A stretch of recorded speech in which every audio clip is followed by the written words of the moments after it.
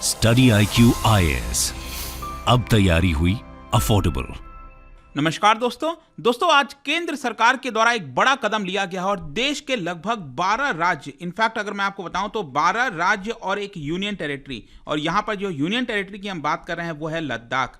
तो आपको पता है राज्यों के अंदर गवर्नर्स को अपॉइंट किया जाता है और किसी भी यूनियन टेरिटरी में लेफ्टिनेंट गवर्नर को अपॉइंट किया जाता है। तो यहां पर ये जो लेफ्टिनेंट गवर्नर और गवर्नर्स हैं उनमें बदलाव किया गया है, लेकिन सबसे बड़ा चेंज जैसा कि मैंने आपको बताया, लद्दाख के अंदर आप देख सकते हो LG RK Mathur removed एमिड intensified state. तो बेसिकली लद्दाख के अंदर लंबे समय से यहां पर एक प्रॉब्लम चल रही है, वहां के जो लोग हैं कुछ डिमांड कर रहे हैं। तो इन सब के बारे में हम डिटेल से जानेंगे कि आखिरकार LG को क्यों हटाया गया, क्या इल्जाम लगाया जा रहा है LG के ऊपर, यहां पर क्या बोला गया है कि केंद्र सरकार उनकी मांगों को नहीं मान रही है, और ओवरऑल गवर्नर के कॉन्टेक्स्ट में हम काफी कुछ जानेंगे इस वीडियो के अंदर। आपके एग्जाम पॉइंट ऑफ व्यू से काफी इंपॉर्टेंट होने वाला है। चलिए आगे बढ़ते हैं, लेकिन उससे पहले ध्यान रखिएगा, अगर आप यूपीएससी की तैयारी करो, इस बार का यूपीएससी प्रीलिम्स 28 मई को होने वाला है। अगर आप उसको क्रैक करना चाहते हैं तो हमारे द्वारा प्रीलिम्स स्पेसिफिक बैच SIP+ जो कि 200 से भी ज्यादा घंटे की लाइव क्लासेस इसके अंदर होंगी, बुक्स आपके घरों तक भेजे जाएंगे, ऑल इंडिया ओपन टेस्ट दे सकते हैं, ये सारी चीजें बहुत कम दाम पर। आपको हमारे वेबसाइट ऐप पर जाना या फिर कमेंट सेक्शन में इसका लिंक डाल दूंगा, वहां पर यूज करिएगा कोड अंकित लाइव, ताकि आपको यहां पर मैक्सिमम डिस्काउंट मिल सके और आप इसको ज्वाइन कर सके। अगर आप अगले साल की तैयारी कर रहे हो 2024 के लिए, तो ये वाला जो प्रीलिम्स और मेंस का पूरा फुल फ्लेज बैच है ये ज्वाइन कर लेना। या फिर अगर आप प्योर हिंदी वाले स्टूडेंट हैं तो आप सबके लिए एक बड़ी खबर, क्योंकि परसों से हमारा पहला प्योर हिंदी वाला जो बैच है वो भी स्टार्ट हो रहा है, इसको ज्वाइन करो। मतलब जो भी कोर्स आपको लेना हो स्टडी IQ पर, आपको यूज करना है code Ankit live to get maximum discount. इसके अलावा और अगर आप MCQs अटेम्प्ट करना चाहते हैं तो मेरे इंस्टा पेज पर जाइए, वहां पर स्टोरीज में जितने भी MCQs हैं उसको आप अटेम्प्ट कर पाएंगे। चलिए शुरुआत करते हैं और सबसे पहले देखते हैं एग्जैक्टली हुआ क्या है। जैसा कि मैंने आपको बताया, केंद्र सरकार के द्वारा जो लेफ्टिनेंट गवर्नर है लद्दाख के RK माथुर, उनको यहां पर केंद्र सरकार ने हटा दिया है। और अभी करंट के जो गवर्नर थे अरुणाचल प्रदेश के अंदर, इनका नाम है BD Mishra. He is basically retired brigadier. तो ब्रिगेडियर BD मिश्रा जी को, जो कि अरुणाचल प्रदेश के गवर्नर थे, उनको लद्दाख का नया लेफ्टिनेंट गवर्नर अपॉइंट किया गया है। और साथ ही साथ यह भी बोला गया है कि जो माथुर साहब हैं उन्होंने रेजिग्नेशन दिया है और उनको एक्सेप्ट कर लिया गया है। माथुर साहब का मैं आपको बता दूं 1977 के रिटायर्ड IAS ऑफिसर रह चुके हैं एंड लद्दाख के पहले लेफ्टिनेंट गवर्नर थे। ध्यान रखिएगा 2019 में आपको याद होगा जब जम्मू कश्मीर एक पूरा राज्य हुआ करता था, उस समय यहां पर आर्टिकल 370 को एक प्रकार से खत्म कर दिया गया। मतलब अभी भी आर्टिकल 370 है हमारे संविधान में, लेकिन उसका कोई ऐसा बहुत महत्व नहीं है। तो यहां पर अब क्या है कि जम्मू कश्मीर एक राज्य बन गया और ये जो लद्दाख है वो आपका एक यूनियन टेरिटरी, मतलब दोनों, सॉरी, ये भी यूनियन टेरिटरी और ये वाला भी यूनियन टेरिटरी बन गया। मांग हो रही है कि जम्मू कश्मीर को भी राज्य बनाया जाएगा आगे चलकर, वो देखना होगा कब होता है। लेकिन लद्दाख का तो ऐसा लग रहा था कोई प्रॉब्लम नहीं होने वाला है, क्योंकि लद्दाख की तो हमेशा से डिमांड हो रही थी कि उनको जम्मू कश्मीर से अलग होना है। उसको यहां पर एक्सेप्ट कर लिया गया था और इसमें आप देख सकते हो कारगिल वाला एरिया और जो पूरा लद्दाख वाला, दोनों को मिलाकर ये यूनियन टेरिटरी बनाया गया। तो जो पहले लेफ्टिनेंट गवर्नर बने लद्दाख के वो थे आपके RK माथुर, लेकिन जैसा आप देख सकते हो कि अब उनको हटा दिया गया है और नए लेफ्टिनेंट गवर्नर को अपॉइंट कर दिया गया है। अब क्वेश्चन यह है कि आखिरकार यह सेंटर के द्वारा क्यों किया गया। इसको समझने के लिए थोड़ा सा आपको बैकग्राउंड में जाना होगा। यहां पर क्या हो रहा था कि जब से लद्दाख जो है यूनियन टेरिटरी बना था, तो वहां पर कुछ लोग जो ऐसे थे जो नाखुश थे, उनका कहना था कि नहीं, इसको भी यहां पर एक प्रकार से प्रोटेक्शन देने के लिए, क्योंकि लद्दाख एक फ्रजाइल जोन है, हिमालयन रेंजेस में आता है और आपको पता होगा कि वहां पर एनवायरमेंट को लेकर काफी ज्यादा कंसर्न होता है।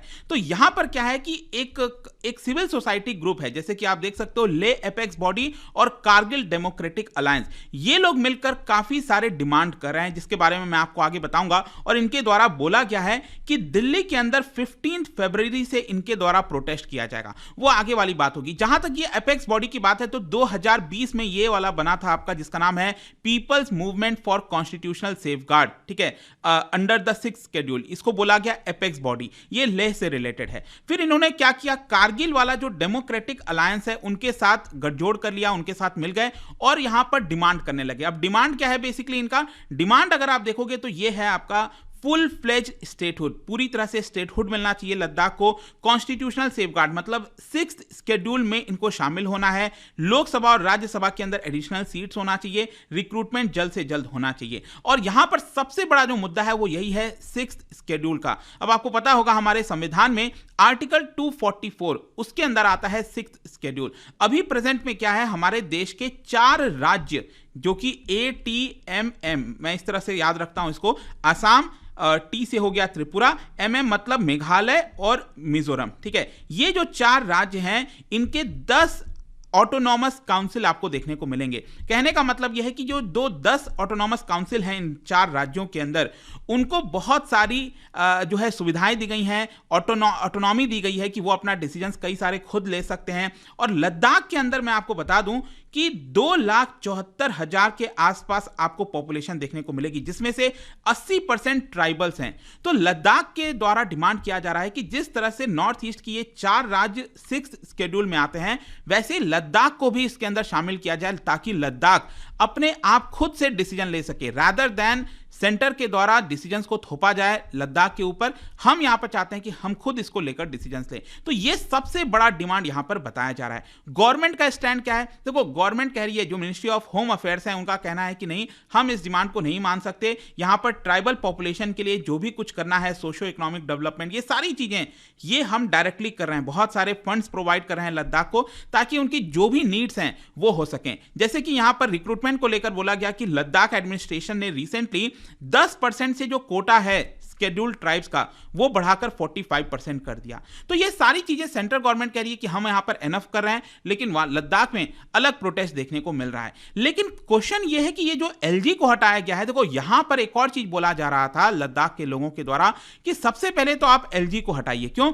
क्योंकि जो LG है वो बेसिकली सारा कंसंट्रेशन ऑफ पावर, इतना बड़ा लद्दाख है, मतलब कि ये जो लद्दाख आप देख रहे हो, इतना बड़ा अगर लद्दाख है तो यहां पर जितना भी कंसंट्रेशन ऑफ पावर है उनके पास सारा डिसीजन आ जाता है। एक डिसीजन के माध्यम से वो सारे चेंजेस कर देते हैं। वो वहां की ज्योग्राफी को नहीं समझते, प्रॉब्लम्स को नहीं समझते, और सिंपली उनके द्वारा डिसीजन लिया जाता है। जैसे कि आपने रिसेंटली याद होगा सोनम वांगचुक काफी फेमस है, 3 इडियट्स उन्हीं के जो उन्हीं से इंस्पायर हुआ था बेसिकली, और पॉपुलर वॉइस है सोशल मीडिया से लेकर हर जगह।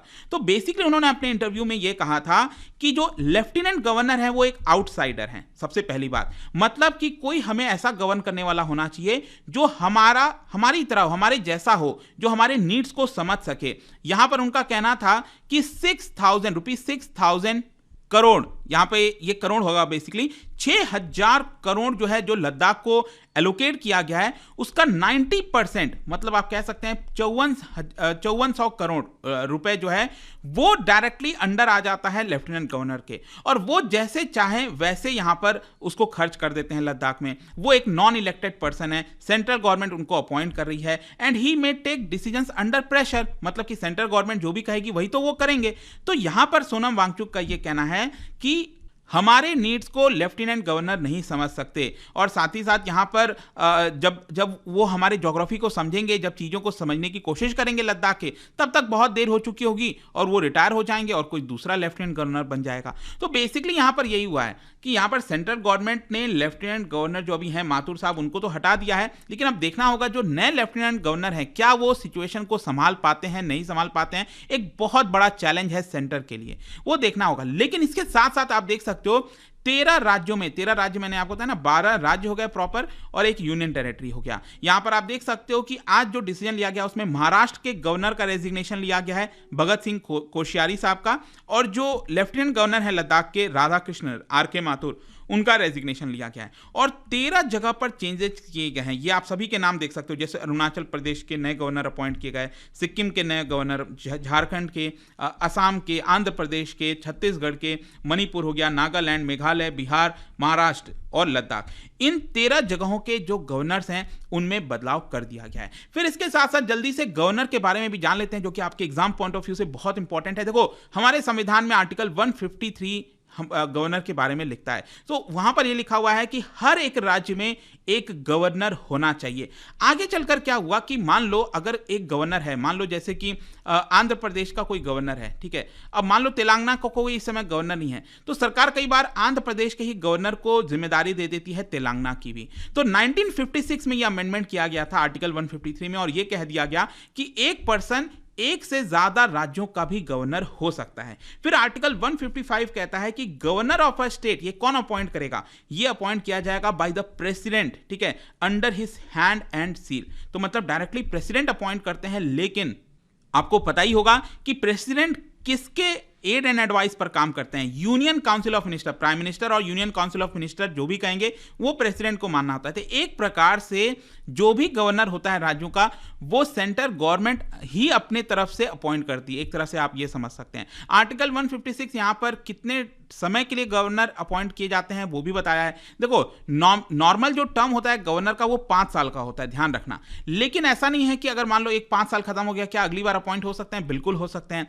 क्या गवर्नर को 5 साल से पहले भी हटाया जा सकता है? बिल्कुल हटाया जा सकता है, क्योंकि यहां पर प्रेसिडेंट जो चाहे कर सकते हैं, और प्रेसिडेंट वही चाहेंगे जो यहां पर गवर्नमेंट कहेगी, जो सेंट्रल गवर्नमेंट कहेगी। फिर आर्टिकल 157, 158 में क्वालिफिकेशन के बारे में है, जैसे कि वो सिटीजन ऑफ इंडिया होना चाहिए, 35 साल मिनिमम उम्र होनी चाहिए, and governor should not be a member of parliament, any state legislature या फिर ऑफिस ऑफ प्रॉफिट होल्ड नहीं करने चाहिए।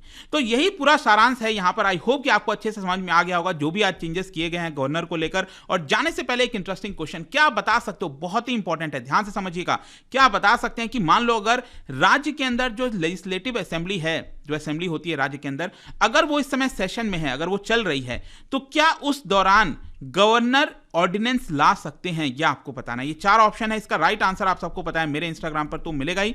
वहां पर अगर आप नहीं हो कोई बात नहीं, टेलीग्राम से भी ले सकते हैं इसका सही उत्तर। मैं कई सारे जो एमसीक्यूज हैं वो यहां पर स्टोरीज में डालता रहता हूं। बाकी अगर आपको पीडीएफ चाहिए तो टेलीग्राम पर आइए, अलग अलग सोशल मीडिया पर आप जुड़ पाओगे। और जैसा मैंने बताया था, अगर आप यूपीएससी की तैयारी कर रहे हो इस साल, अगले साल, जो भी, use the code Ankit live और जल्द से जल्द अपने बैचेस में ज्वाइन कर सकते हैं। आई होप की वीडियो आपको पसंद आया होगा। मिलता हूं आपसे next time. Till then, thank you very much, see you soon.